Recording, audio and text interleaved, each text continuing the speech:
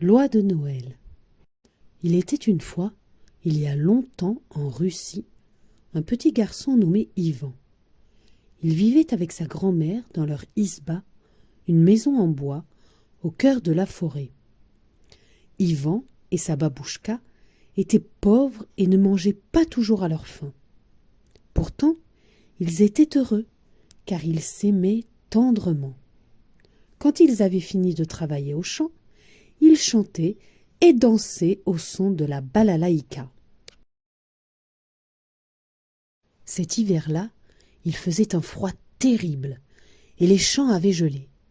La récolte était mince.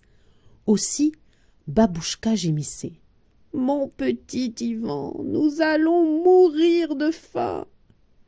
Ivan était inquiet lui aussi, mais pour rassurer sa grand-mère, il répondait. Ne t'inquiète pas, Babouchka, il nous reste nos oies. Je pourrai aller les vendre à Vladimir le marchand.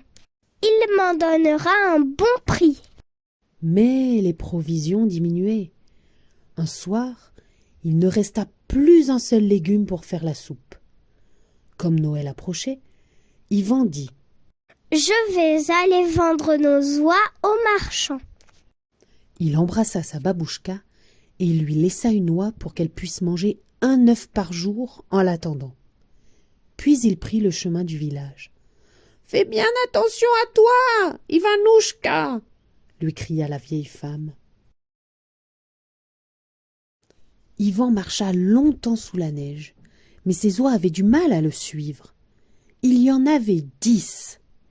Avec courage, il frappait dans ses mains et criait. Allez, petite, avancez. Et les oies le suivaient en se dandinant. En arrivant au village, il rencontra 3 enfants qui tremblaient de froid eux aussi. La plus grande des filles s'approcha et le supplia. « S'il te plaît, donne-nous une oie. Cela fait 3 jours que nous n'avons rien avalé. » Comme Ivan avait bon cœur, il leur donna 5 de ses oies. Ensuite, il alla frapper chez Vladimir le marchand. « Tu te moques de moi ?» cria celui-ci en le voyant. « Tu m'avais promis 10 oies, et tu n'en apportes que 5, toutes maigrichonnes. Je les prends quand même, mais tu auras moins d'argent.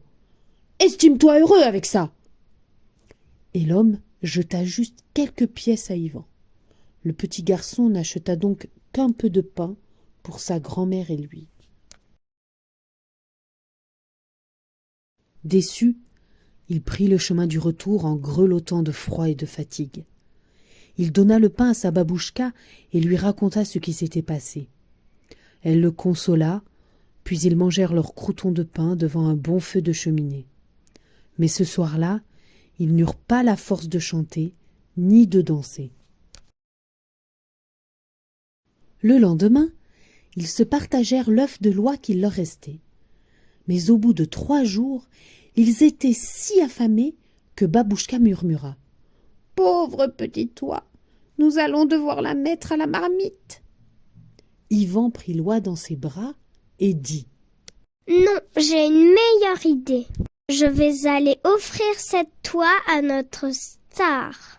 Et je te promets que je reviendrai avec de quoi manger. » En ce temps-là, quand quelqu'un recevait un cadeau, il devait en faire un autre en échange. Alors, plein d'espoir, Ivan serra l'oie contre lui et repartit dans la neige et le vent.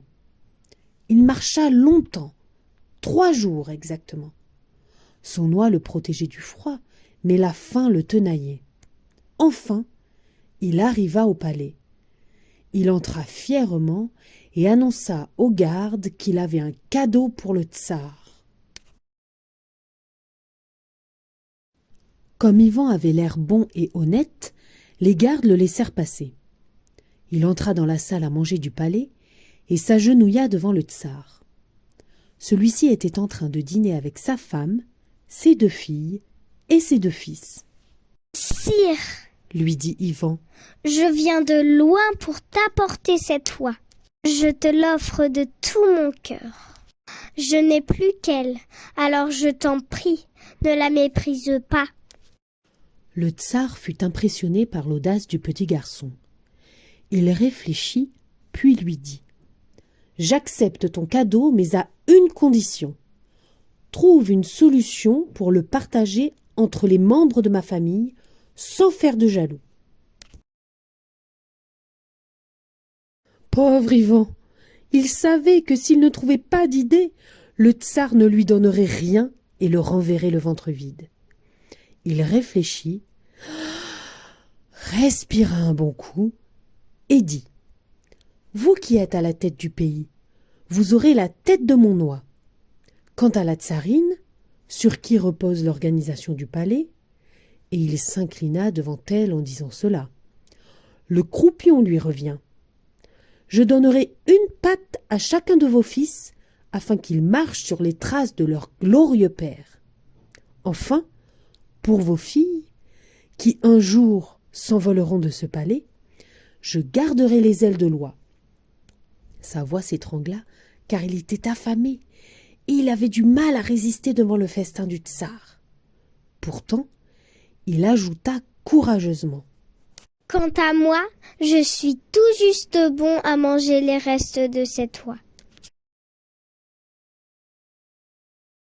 Le tsar éclata de rire. « Tu es un garçon rusé, dit-il. Tu as réussi à offrir ce qu'il fallait à chacun et à garder le meilleur pour toi. Allez, petit, viens t'asseoir à ma table. » C'est ainsi qu'Ivan s'assit à la table du tsar. Ce soir-là, il but et mangea à sa faim en racontant ses malheurs. Le tsar fut très ému par sa pauvreté. Aussi, il ordonna à ses gardes de remplir un traîneau avec de grands paniers de victuailles, afin de tenir tout l'hiver. Puis il en confia les rênes à Ivan et lui dit adieu. Ivan fila retrouver sa babouchka, le cœur empli de joie. Ce soir-là, ils passèrent un merveilleux Noël et ils chantèrent au son de la balalaïka. Fin.